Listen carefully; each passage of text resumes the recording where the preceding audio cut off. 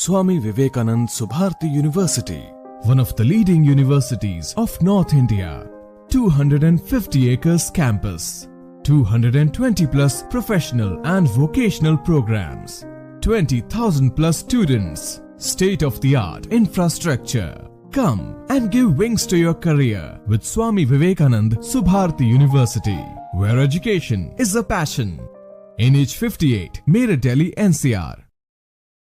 अब सियासत वाले बयान वो देने, क्या लगता है आपको, क्या लेकर कहेंगे? बिस्मिल्लाहिर्रहमानिर्रहीम। देखिए, कोई भी काम चाहे पहले क्या हो या बाद में क्या हो, क्या तो जरूर है। और सियासत से न वो कल बाहर थे न आज बाहर हैं, क्योंकि पहले वो खुद राज्यसभा के मेंबर भी रहे हैं। 12-13 के सन में वो तकरीबन 12-13 के उसमें खुद राज्यसभा के मेंबर भी रहे, पार्टी से थे, और उन्होंने खुद इलेक्शन भी लड़ा है। और फिर उनके चचाजाद भाई ने अभी MIM पार्टी से खुद इलेक्शन लड़ा हैगा, देवबंद से ही। तो इससे तो ये मालूम होता है कि वो सियासत से बाहर नहीं है। अगर बाहर होते तो जाहिर सी बात है कि खुद भी इस अमल में ना आते। तो इससे तो ये बात साबित होती है कि वो खुद भी सियासत में कर रहे हैं। सियासत अगर कर रहे हैं तो भाजपा के खिलाफ करें। भाजपा ने जिस तरीके से मुस्लिमों को लेकर के एक एजेंडा सेट किया है, बुलडोजर चलाएंगे, उस पर बात नहीं करते, एनकाउंटर करेंगे, मुस्लिमों के सबसे ज्यादा एनकाउंटर हुए, उस पर बात नहीं करते, वक्फ बोर्ड को लेकर के AIMIM के चीफ ने शुरुआत की, उस पर वो बात नहीं करते हैं। तो सियासत अगर करनी है तो भाजपा से करें, उस पार्टी से या उस शख्स के क्यों कर रहे हैं जो खुद मुसलमान और मुस्लिमों का हितैषी बनकर वो बातें करता है। नहीं, देखिए, न सियासत किसी भाजपा पार्टी से करनी है न किसी और दूसरी पार्टी से करनी है। सियासत कोई मना नहीं है, खुद भी कर सकते हैं। खुद भी पहले इलेक्शन लड़ा है, अब भी लड़ सकते हैं। कोई भी लड़ सकता है, कोई भी सियासत में आ सकता है। सियासत कोई गंदी चीज थोड़ी है।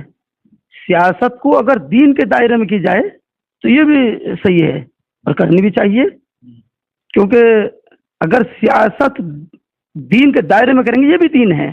सियासत का मतलब ये है कि अगर हम सियासत में कदम रखाएगा तो उसमें नियत ये होनी चाहिए कि मैं इस शोबे से मैं मखलूक की और मजलूमों की मदद करेंगे हम।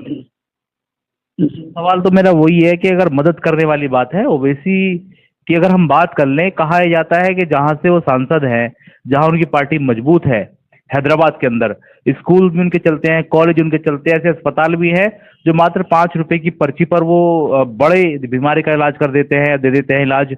और यहाँ अगर बात कर ले जमीयत की, तो साहब जमीयत के एतबार से अगर देखा जाए तो हैदराबाद के सामने जमीयत का कोई काम ऐसा दिखता नहीं है कि भाई बहुत ज़्यादा हाईलाइट काम है या बहुत ज़्यादा उसको जो है स्कूल कॉलेज खोल दिए हैं। तो इस हिसाब से भी क्या कहेंगे आप? देखिए, जमीयत भी अपना काम करती है।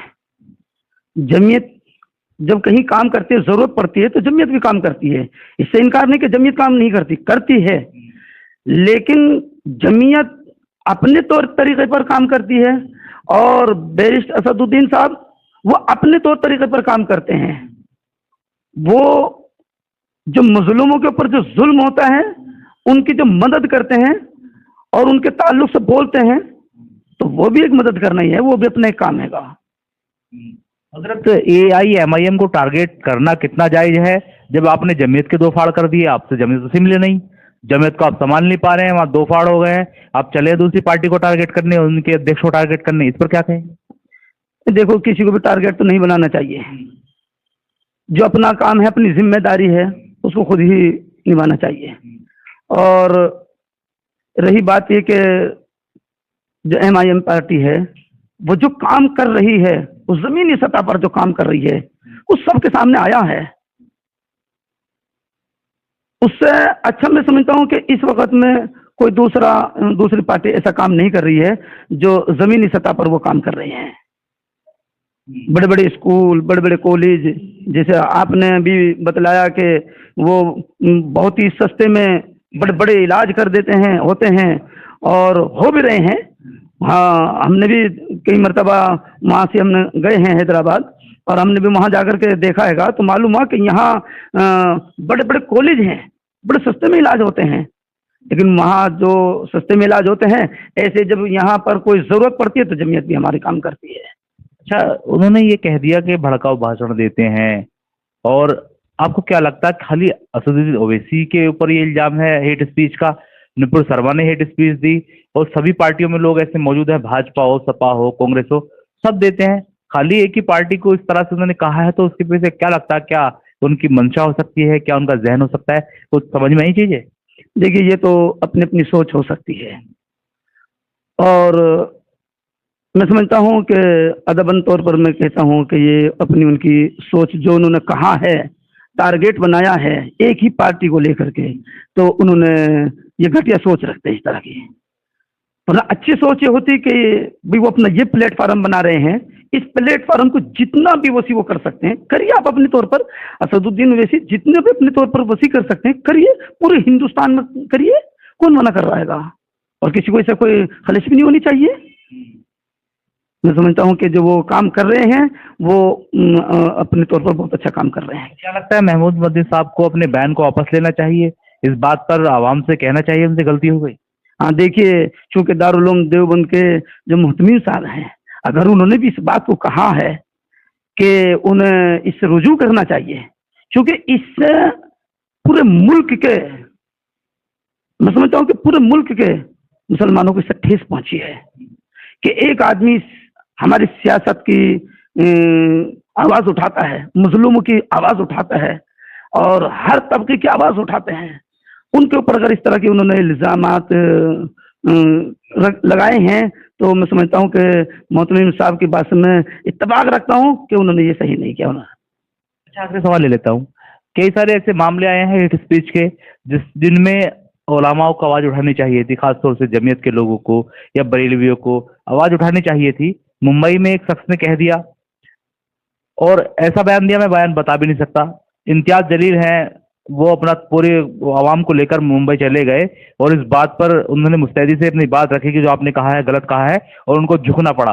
तो ये वाले काम जो है ये उलमाओं के हैं, लेकिन वो कर नहीं रहे, जो कर रहा है उनको टारगेट कर रहे हैं। इस पर कुछ एक वक्तव्य देना चाहेंगे? नहीं, ये सभी की जिम्मेदारी बनती है, क्योंकि ये काम ऐसा नहीं है, या वो शख्सियत ऐसी नहीं कि वो सिर्फ एक उलमा की हो। वो नबी सबके नबी हैं, लेकिन धर्म गुरु होने के नाते फॉलोवर ज्यादा होते हैं, उनकी बात को प्रचंड तरीके से लोग मानते हैं।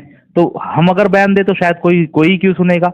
अगर कोई उलमा बयान दे दे या जमीयत से कोई बयान आ जाए तो शायद आग की तरफ फैल जाता है। हाँ, ये भी बात है। बड़ों की बात बड़ी होती है, बड़ों को सुना जाता है, बड़ों की बात को गौर से दिल पे ली जाती है। बड़े अगर कोई बात कहेंगे तो उसको हर कोई उसको अमल में लाने की कोशिश करता है। तो मैं समझता हूँ कि इस मामले में भी हमारे उलमाए कराम को और जमीयत को भी इस पे आवाज़ उठानी चाहिए थी कि जो कुछ हुआ हैगा वो गलत हुआ हैगा, और उसके लिए हुकूमत से मांग करनी चाहिए थी। जिस तरह अभी आपने बताया कि जलील अख्तर ने उन्होंने उस पर मांग की है, तो इसीलिए सभी को इसके लिए मांग करनी चाहिए थी। मॉब लिंचिंग और एनकाउंटर वाला जो मसला है वो कई बार उठता है कि एक ही जाति को टारगेट किया जाता है। इस बार तो समाजवादी पार्टी के अखिलेश यादव ने यादव का अगर एनकाउंटर हुआ तो आवाज उठा दी, और AIMIM के चीफ लगातार आवाज उठाते हैं कि ऐसे नेताओं को मार गिराया गया एनकाउंटर के नाम पर या गैंगस्टर के नाम पर या पुलिस कस्टडी में, जिनकी आवाज किसी ने नहीं उठाई। ओवैसी साहब ने आवाज उठाई। मॉब लिंचिंग की आवाज उठाते हैं, ओवैसी साहब उठाते हैं। तो इन लोगों को आगे आना चाहिए। ये लोग इन मसलों पर आगे नहीं आते हैं, और सामने वाला और बराबर तरीके से इस काम को कर रहा है। तो आपको लगता है कि थोड़ा सा उनको इस पर ध्यान देना चाहिए, राजनीति से हट करके? राजनीति लोगों पर बयान देने से क्या फायदा है? अपने समाज के लोगों को देखिए, उनके साथ क्या हो रहा है। हाँ, देखिए, कभी कभी किसी का इस्तेमाल तो किया जाता है, लेकिन उसकी मदद नहीं की जाती। इसी तरह आज हमारे जो पार्टियां हैं, दूसरी पार्टी हैं, वो हमारा इस्तेमाल तो कर लेती हैं, लेकिन हमारे साथ कंधे से कंधा मिला करके हमारी आवाज को नहीं उठाती। हम ना हमारे मुद्दों पर कहीं वो आवाज को उठाते हैं, और जब खुद के ऊपर कोई बात आई है तो चिल्ला उठे। आपने देखा कि एक ही वाकया हुआ तो रोड पर आ गए, आवाज उठा दी। अपनों का दर्द अपनों से समझा जाता है। हमारे लोग क्या कर रहे हैं, इनको तो बोलना चाहिए। और सियासी पार्टियां हैं साहब, ओवैसी साहब कहते हैं कि हमसे तो गठबंधन करते नहीं है, 2% वालों से गठबंधन कर लेते हैं। जो चवन्नी अठन्नी का मसला चल रहा था, जैन चौधरी को बनाकर डाल दिया और जैन चौधरी छोड़कर चले गए। ऐसे कई लोग ऐसे रहे। ओवैसी साहब को अब तक समाजवादी पार्टी ने इंडिया अलायंस से लिया ही नहीं अपने पास, और हमारे ओलामा लगे हैं उन्हीं की बुराई करने लगे। उनको नहीं कहते इंडिया अलायंस को कि आप क्यों नहीं ले रहे हमारे लोगों को, या क्यों मुस्लिमों से तुम गठजोड़ नहीं करते। अगर करेंगे तो बेनिफिट मिलेगा, लेकिन तब भी नहीं कर रहे हैं और हमारे लोग समझ नहीं रहे, अपने ही लोगों को कोसने पे लगे। ये जो हमारे लोग जो अपनों को ही कोसने पर लगे हैं, उनको टारगेट बनाने पर लगे हैं, तो ये कहीं ना कहीं मुस्लिम क़यादत को कमजोर कर रहे हैं, उभरने नहीं दे रहे हैं। जिसकी वजह से आज जो कुछ हो रहा है वो सबके सामने है, और सिर्फ इसी की बिना है कि हमारी क़यादत खड़ी नहीं हुई है। इसलिए हमें क़यादत को मजबूत करना है। जब हमारी क़यादत मजबूत होगी तो छोटी नहीं बड़ी पार्टी गठबंधन के लिए तैयार होंगी। आपका पूरा नाम बता दीजिए और अपने डेजिग्नेशन। मेरा नाम अब्दुल सत्तार है और मैं मेरठ से ताल्लुक़ रखता हूँ। इस वक्त मैं मेरठ में हूँ। आपका नाम बताइए पूरा। मेरा नाम मोहम्मद शुएब महमूदी है और मैं मेरठ